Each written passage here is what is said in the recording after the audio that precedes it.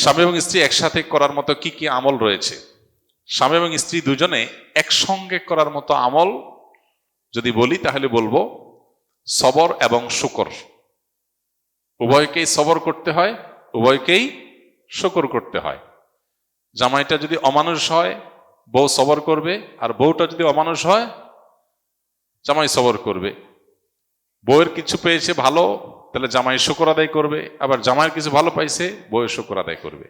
উভয়ের জন্য কমন এবং মিউচুয়াল যে আমল আছে, যেটার মধ্য দিয়ে দাম্পত্য জীবন সুখী হতে পারে, সুখময় হতে পারে, সেটা হলো সবর এবং শুকর।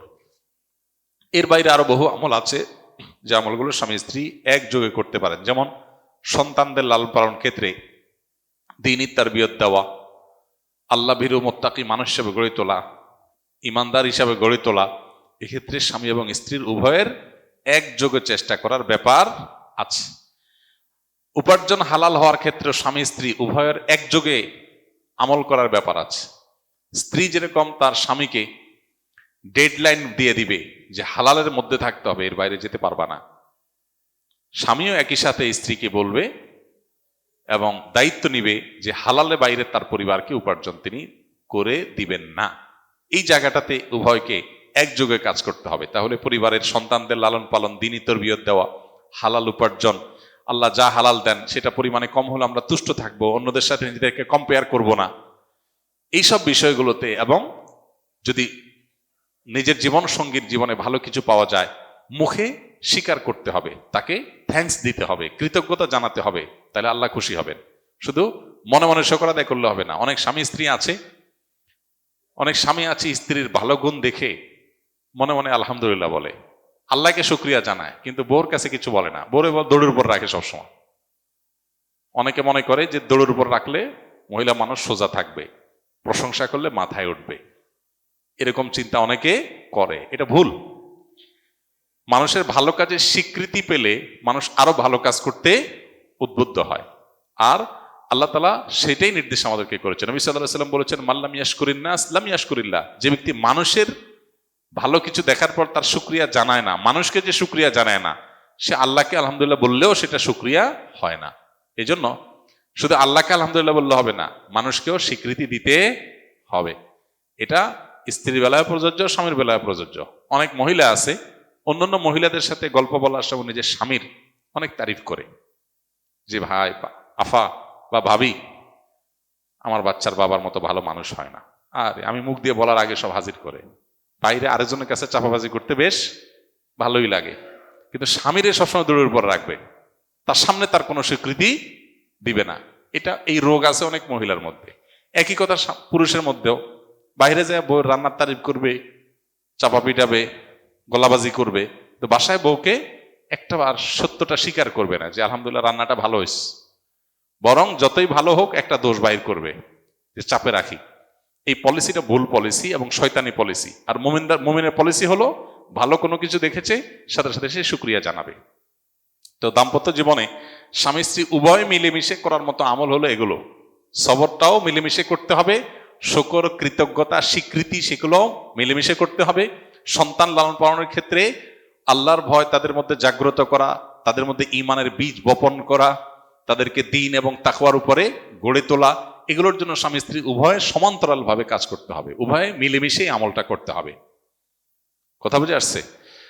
আল্লাহ তাআলা আমাদের সবাইকে আমাদের দায়িত্বগুলো যথাযথভাবে পালন করার তৌফিক দান করুন।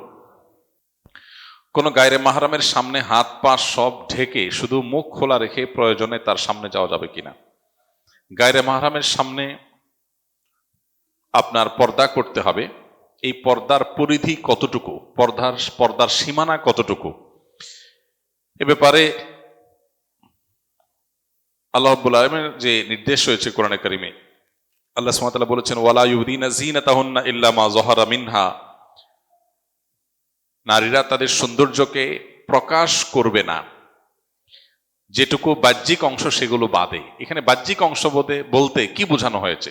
অনেক মুফাসসিরগণ বলেছেন যে পর্দার জন্য যে পোশাক তিনি পরেন, এই পোশাকেরও বাইরের যে অংশ সেটা কথা এখানে বলা হচ্ছে, যে এর বাইর থেকে যদি কেউ দৃষ্টিপাত করে, তার সেই পর্দার পোশাকের উপরে কেউ দৃষ্টিপাত করে, তো সেটা অসুবিধা নেই, সেটা তো প্রকাশ করবেই, কারণ সেটা তো ঢাকা অসম্ভব, যেটা দিয়ে পর্দা করবে সে অংশটা তো উন্মোচিত থাকবেই, বাইরে থাকবেই, এখানে সেটা বলা হয়েছে। ওইটা বাদে বাকি পুরো নারী তার সমস্ত সৌন্দর্যকে আবৃত করবেন। এর মধ্যে মুখমণ্ডলও সামিল আছে এই আয়াতের আলোকে। অনেক ওলামা একরাম বা কোনো কোনো ওলামা একরাম এর সাথে ভিন্নমত পোষণ করেন যে মুখমণ্ডল খোলা জায়েজ, কিন্তু অধিকতর নিরাপদ এবং অধিকতর অগ্রগণ্য এবং সংখ্যাগরিষ্ঠ আলেমদের মত হলো যে মুখমণ্ডলও পর্দার অন্তর্ভুক্ত হবে, কারণ মানুষের সৌন্দর্যের রাজধানী হলো তার মুখমণ্ডল। সো সেটাই যদি ওপেন থাকে তাহলে আর সৌন্দর্য ঢাকার যে নির্দেশ আল্লাহ দিয়েছেন সেটা আসলে সেভাবে প্রতিপালিত হয় না। আমাদের আয়েশা রাদিয়াল্লাহু তাআলা আনহা হজের সফরের অভিজ্ঞতা বর্ণনা করতে গিয়ে তিনি বলেছেন যে তিনি যখন হজ করেছেন নবী সাল্লাল্লাহু আলাইহি সাল্লামের সাথে, তখন তার দৃষ্টি সীমানায় কোনো গায়রে মাহরাম পুরুষ এলে মাথার কাপড় তিনি টেনে দিতেন। এই যে মাথার কাপড় টেনে দিতেন, এখান থেকে বোঝা যায় তিনি মুখমণ্ডল ঢাকবার চেষ্টা করতেন।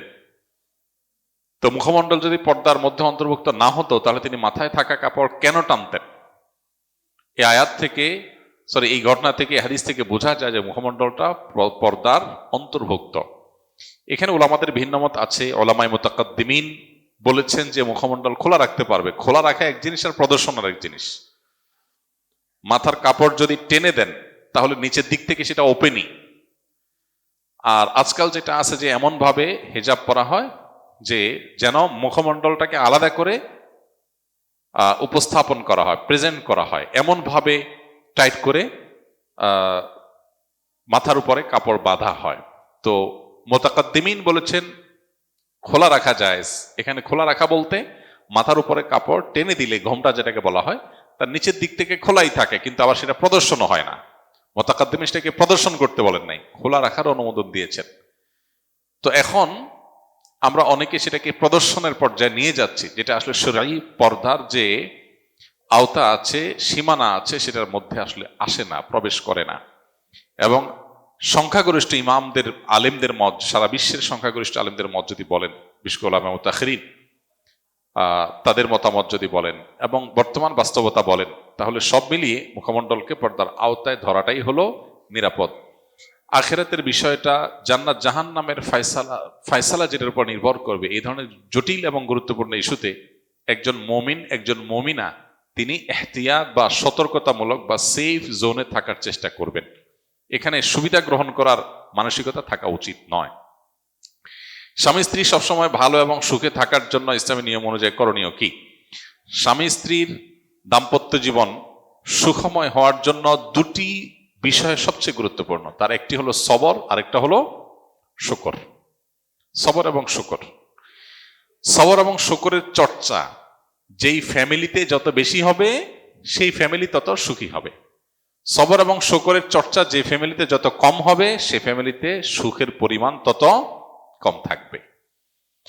আল্লাহ রাব্বুল আলামিন দুটি মানুষকে দুটি মন দিয়েছেন, দুটি শরীর দিয়েছেন। দুই মন সব সময় এক হবে না, দুজনের চাহিদা সবসময় এক হবে না, দুজনের চিন্তাধারা সবসময় এক হবে না।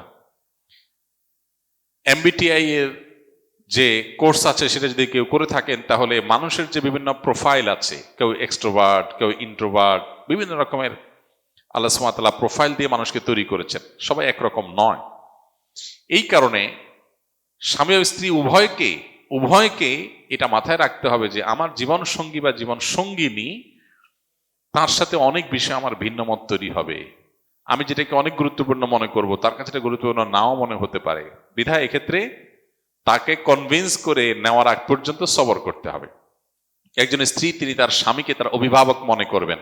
অভিভাবকের নির্দেশকে আল্লাহ এবং তার রাসূলের নির্দেশের সাথে সাংঘর্ষিক না হলে যথাসম্ভব সেটাকে মেনে চলার চেষ্টা করবেন।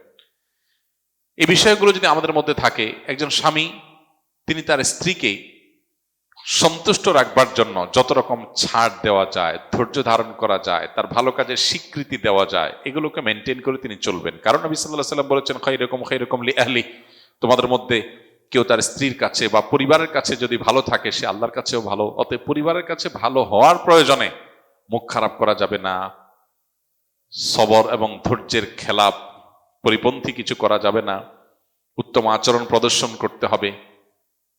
যেটুকু পাইনি সেজন্য সবর করতে হবে, যেটুকু পেয়েছে তার জন্য শুকর আদায় করতে হবে। শুকর আল্লাহর কাছেও করতে হবে, বান্দার কাছেও করতে হবে।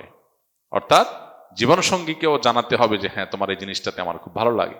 কৃতজ্ঞতা জানাতে হবে, প্রকাশ করতে হবে। মাল্লাম ইয়াশকুরিল্লাহ ইসলাম ইয়াশকুরিল্লাহ। বান্দারও কৃতজ্ঞতা আদায় করতে হবে, আল্লাহরও কৃতজ্ঞতা আদায় করতে হবে।